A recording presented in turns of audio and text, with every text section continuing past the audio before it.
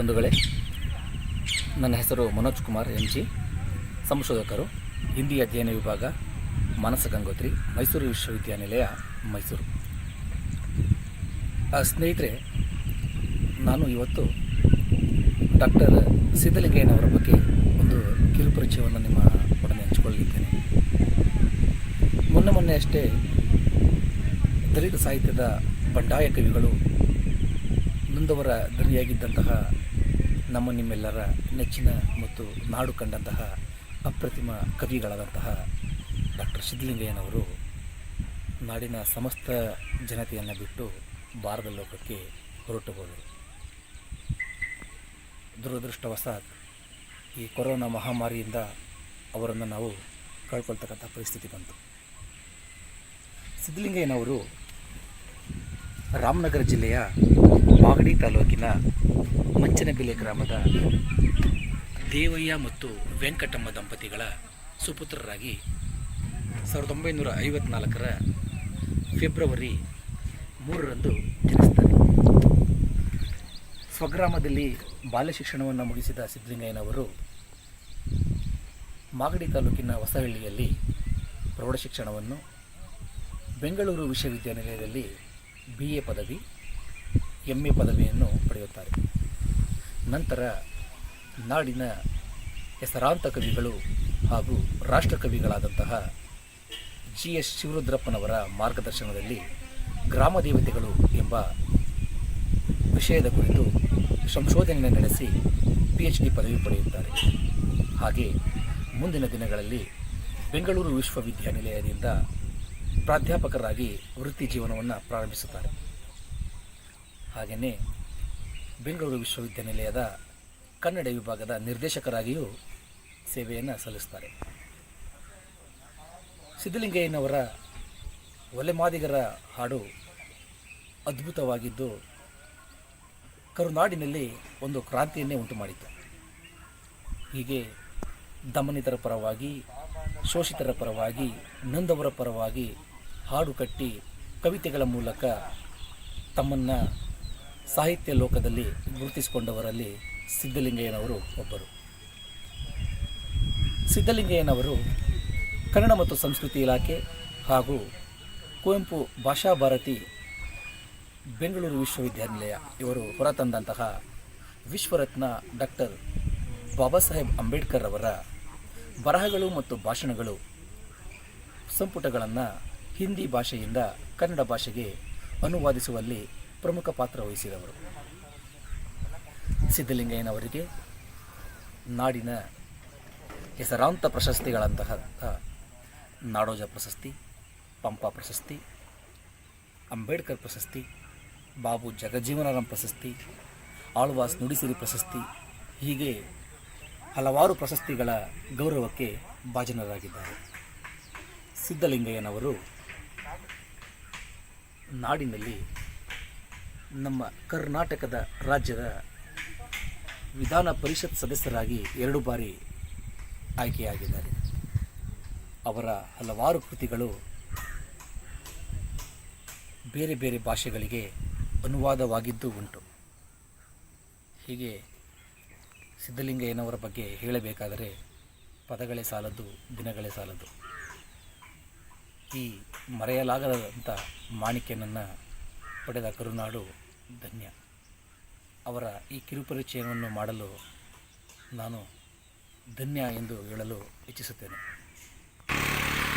ಬಂಧುಗಳೇ, ಸಿದ್ಧಲಿಂಗಯ್ಯನವರ ಒಂದೆರಡು ಕವಿತೆಗಳನ್ನು ನಾನು ಇವತ್ತು ನಿಮ್ಮ ಮುಂದೆ ವಾಚಿಸಲು ಇಚ್ಛಿಸುತ್ತೇನೆ. ಮೊದಲಿಗೆ ನನ್ನ ಜನಗಳು ಎಂಬ ಕವಿತೆಯನ್ನು ವಾಚನ ಮಾಡುತ್ತೇನೆ. ಹಸಿವಿನಿಂದ ಸತ್ತೋರು, ಸೈಜುಗಲ್ಲು ಹೊತ್ತೋರು, ಒದೆಸಿಕೊಂಡು ಒದಗಿರೋರು ನನ್ನ ಜನಗಳು. ಕಾಲು ಕೈ ಹಿಡಿಯೋರು, ಕೈ ಮಡಗಿಸಿಕೊಳ್ಳೋರು, ಭಕ್ತರಪ್ಪ ಭಕ್ತರು ನನ್ನ ಜನಗಳು. ಒಲವನುತ್ತು ಬಿತ್ತೋರು, ಬೆಳೆಯ ಕುಯ್ದು ಬೆವರೋರು, ಬಿಸಿಲಿನಲ್ಲಿ ಬೇಯೋರು ನನ್ನ ಜನಗಳು. ಬರೀ ಗೈಲೆ ಬಂದೋರು, ಉಸ್ಸೆಂದು ಕೂತೋರು, ಹೊಟ್ಟೆ ಬಟ್ಟೆ ಕಟ್ಟಿದೋರು ನನ್ನ ಜನಗಳು. ಮಾಳಿಗೆಗಳ ಎತ್ತಿದೋರು, ಬಂಗಲೆಗಳ ಕಟ್ಟಿದೋರು, ತಳಾದಿಗೆ ಸಿಕ್ಕಿದೋರು ನನ್ನ ಜನಗಳು. ಬೀದಿಯಲ್ಲೇ ಬಿದ್ದೋರು, ಸದ್ದಿಲ್ಲದೆ ಇದ್ದೋರು, ಒಳಗೊಳಗೆ ಹತ್ತೋರು ನನ್ನ ಜನಗಳು. ಬಡ್ಡಿಯನ್ನು ತೆತ್ತೋರು, ಭಾಷಣಗಳ ಬೆಂಕಿಯಲ್ಲಿ ಬೆಂದು ಬೂದಿ ಆದೋರು ನನ್ನ ಜನಗಳು. ಪರಮಾತ್ಮನ ಹೆಸರು ಹೇಳಿ ಪರಮಾನ್ನ ಉಂಡ ಜನಕ್ಕೆ ಬೂಟು ಮೆಟ್ಟು ಒಲೆದವರು ನನ್ನ ಜನಗಳು. ಚಿನ್ನವನ್ನು ತೆಗೆಯೋರು, ಅನ್ನವನ್ನು ಕಾಣದೋರು, ಬಟ್ಟೆಯನ್ನು ನೇಯೋರು ನನ್ನ ಜನಗಳು. ಹೇಳಿದಂತೆ ಕೇಳುತ್ತಾರೆ ನನ್ನ ಜನಗಳು. ಗಾಳಿಯಲ್ಲಿ ಬಾಳುತ್ತಾರೆ ನನ್ನ ಜನಗಳು. ಸ್ನೇಹಿತರೆ, ಸಿದ್ಲಿಂಗಯ್ಯನವರ ಮತ್ತೊಂದು ಕವಿತೆಯಾದ ನಿನ್ನೆ ದಿನ ನನ್ನ ಜನ ಎಂಬ ಕವಿತೆಯನ್ನು ವಾಚನ ಮಾಡುತ್ತೇನೆ. ನಿನ್ನೆ ದಿನ ನನ್ನ ಜನ ಬೆಟ್ಟದಂತೆ ಬಂದರು. ಕಪ್ಪು ಮುಖ, ಬಿಳಿ ಗಡ್ಡ, ಉರಿಯುತ್ತಿರುವ ಕಣ್ಣುಗಳು. ಹಗಲು ರಾತ್ರಿಗಳನ್ನು ಸೀಳಿ ನಿದ್ದೆಯನ್ನು ಒದ್ದರು. ಕಂಬಳಿಗಳು ಕೊರಗಿದವು. ಎದ್ದೇಳುವ ರೊಚ್ಚಿಗೆ ಭೂಕಂಪನವಾಯಿತು ಅವರು ಕುಣಿವ ಹುಚ್ಚಿಗೆ. ಇರುವೆಯಂತೆ ಹರಿವ ಸಾಲು ಹುಲಿಸಿಂಹದ ದನಿಗಳು. ಧಿಕ್ಕಾರ ಧಿಕ್ಕಾರ ಅಸಮಾನತೆಗೆ, ಎಂದೆಂದಿಗೂ ಧಿಕ್ಕಾರ ಶ್ರೀಮಂತರ ಸೊಕ್ಕಿಗೆ. ಲಕ್ಷಾಂತರ ನಾಗರಗಳು ಹುತ್ತ ಬಿಟ್ಟು ಬಂದಂತೆ ಊರ ತುಂಬ ಹರಿದರು. ಪಾತಾಳಕ್ಕೆ ಇಳಿದರು, ಆಕಾಶಕ್ಕೆ ನೆಗೆದರು. ಬೀದಿಯಲ್ಲಿ ಗಲ್ಲಿಯಲ್ಲಿ, ಬೇಲಿ ಮಳೆಯ ಮರೆಗಳಲ್ಲಿ, ಯಜಮಾನರ ಹಟ್ಟಿಯಲ್ಲಿ, ದಣಿಕೂರುವ ಪಟ್ಟದಲ್ಲಿ, ಎಲ್ಲೆಲ್ಲೂ ನನ್ನ ಜನ ನೀರಿನಂತೆ ನಿಂತರು. ಇರುವೆ ಬಾಯಿ ಬಿಟ್ಟೊಡನೆ ಅವರ ಬಾಯಿ ಮುಚ್ಚಿತು. ಇವರ ಕಂಠ ಕೇಳಿದೊಡನೆ ಅವರ ದನಿಯು ಹಿಂಗಿತು. ಕ್ರಾಂತಿಯ ಬಿರು ಗಾಳಿಯಲ್ಲಿ ಕೈ ಬೀಸಿದ ನನ್ನ ಜನ, ಚೆಡಿಯೇಟು ಹೊಡೆದವರ ಕುತ್ತಿಗೆಗಳ ಹಿಡಿದರು. ಪೊಲೀಸರ ದೊಣ್ಣೆಗಳು, ಏಜೆಂಟರ ಲಾಠಿಗಳು, ವೇದಶಾಸ್ತ್ರ ಪುರಾಣ, ಬಂದೂಕದ ಗುಡಾಣ. ತರಗೆಲೆ ಕಸ ಕಡ್ಡಿಯಾಗಿ ತೇಲಿ ತೇಲಿ ಹರಿದವು. ಹೋರಾಟದ ಸಾಗರಕ್ಕೆ ಸಾವಿರಾರು ನದಿಗಳು. ಹೋರಾಟದ ಸಾಗರಕ್ಕೆ ಸಾವಿರಾರು ನದಿಗಳು. नमस्कार दोस्तों, मैं शाफिया मैसूर विश्वविद्यानिलय से शोधार्थी हूँ। दोस्तों, हाल ही में दलित साहित्य के शिखर पुरुष कन्नड़ के प्रख्यात कवियों में से एक डॉक्टर सिद्धलिंगय्या जी का इस महामारी के चलते निधन हो गया। उनका जन्म 3 फरवरी 1954 में रामनगर जिले के मागड़ी तालुक के मंजनवेले गांव में हुआ। पिता श्री देवैया और माता का नाम वेंकटम्मा था। अपने गांव में प्राथमिक शिक्षा ग्रहण करने के बाद मागड़ी तालुक के होसरली में हाई स्कूल की शिक्षा प्राप्त की। तत्पश्चात बेंगलुरु विश्वविद्यालय से बीए तथा एमए की डिग्री प्राप्त की। राष्ट्रकवि जी.एस. शिवरुद्रप्पा जी के मार्गदर्शन में ग्राम देवतेगळु विषय पर संशोधन कर पीएचडी की उपाधि प्राप्त की।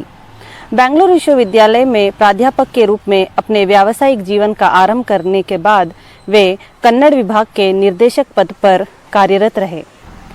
इसी के साथ साथ वे कई दलित तथा कन्नड़ समर्थक आंदोलनों से जुड़कर दलित वर्ग का साथ देते रहे और इसी प्रकार दलित साहित्य जगत में उन्होंने नई क्रांति लाने का भी कार्य किया। इनके लेखन में दलित वर्ग के शोषण की स्वानुभूति देखने को मिलती है। सिद्धलिंगय्या जी ने दलितों की क्रांतिकारी आवाज बनने का प्रयास किया है और उनको जागरूक करने का भी वे प्रयास करते रहे हैं और इसी प्रकार उन्होंने कन्नड़ साहित्य को एक नया आयाम भी प्रस्तुत किया है। सिद्धलिंगय्या जी ने बाबा साहेब अम्बेडकर के कई लेखों तथा भाषणों का हिंदी में अनुवाद किया है।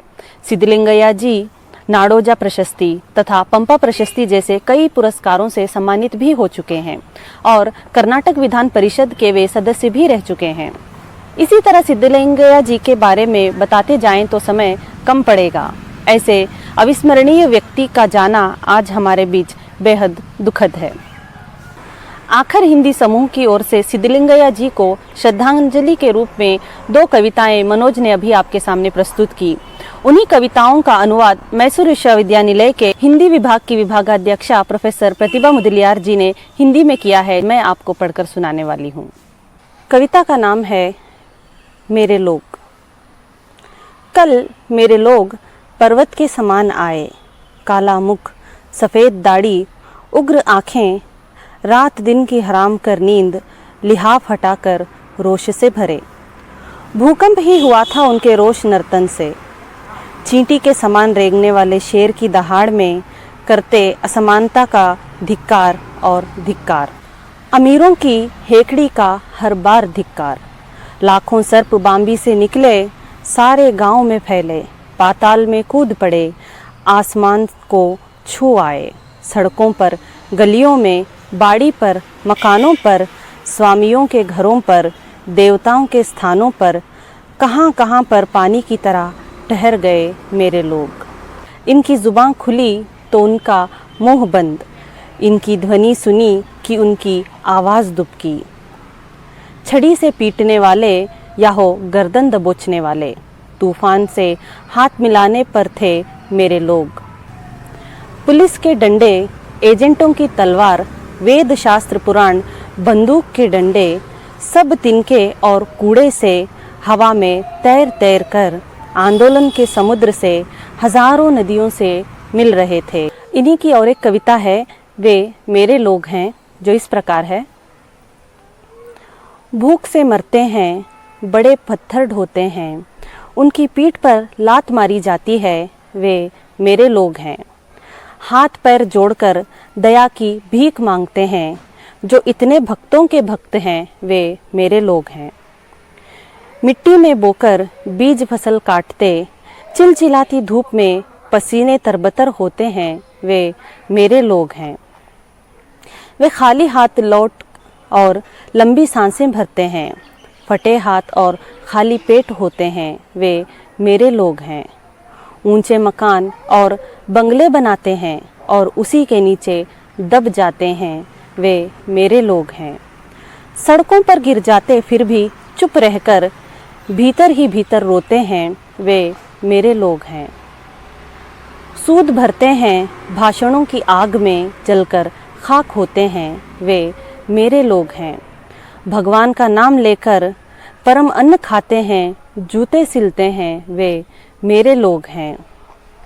वह सोना निकालते हैं पर रोटी नहीं खा सकते, कपड़ा सिलते हैं, देह नग्न है।